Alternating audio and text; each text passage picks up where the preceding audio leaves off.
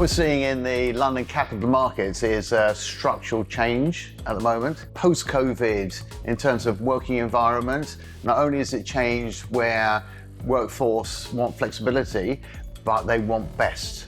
They don't want to come back to the office unless it's good working environment. I always say it's about customer experience, and customer experience is the fact that your employees and your directors and owners want to be in space which is nice to come to. And the changes are that best-in-class offices are achieving great results in the leasing market, but also in the investment arena. And those that are second to that, being existing stock, slightly challenging in terms of their layout. There's some structural changes there where it's going to be challenging in that market to replicate. Therefore, rents are going to be more challenging. Investment into that market is going to be more challenging. And we've got to start talking about and looking at repurposing in those sectors. They also want amenity. I'm talking about proper end of journey, proper shower facilities, changing rooms. We're talking about common areas where people in the building can mix together, and there is atmosphere, and that's what it's about. It's a working environment. It's an atmosphere that people want and drives them to work. In terms of the capital market investment side, we're seeing changes because of interest rates, although I'm a firm believer that we've more or less topped out in terms of those interest rates.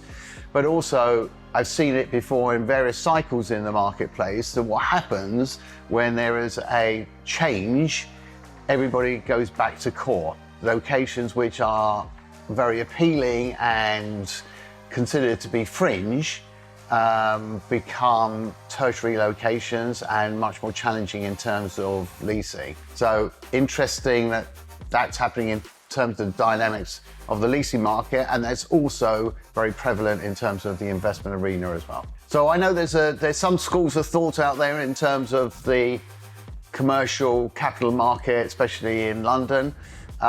Let's wait and see. I'm not an advocate of wait and see. I'm an advocate of take advantage of this particular marketplace, because while interest rates are where they are still much lower than the normal interest rate regime in the UK. Now's the opportunity, now's the time, because when you look back on this period of time and you have bought, you'll look back and say, I've done extremely well. And if you haven't, you'll be kicking yourself.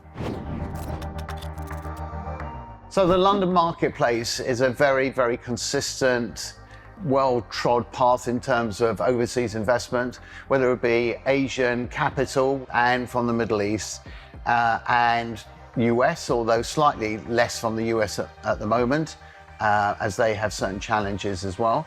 And what we're seeing in terms of political changes in terms of the UK government, it's likely that we're probably going to see, or highly likely going to see, a Labour government next year. But traditionally, a Labour government has actually been good for the real estate marketplace. We may be paying more tax because of it, but actually they're quite expansive in terms of their policies, and expansive in terms of their real estate. So we're positive about the future, whether it be whatever colour of government that we're going to see in 24.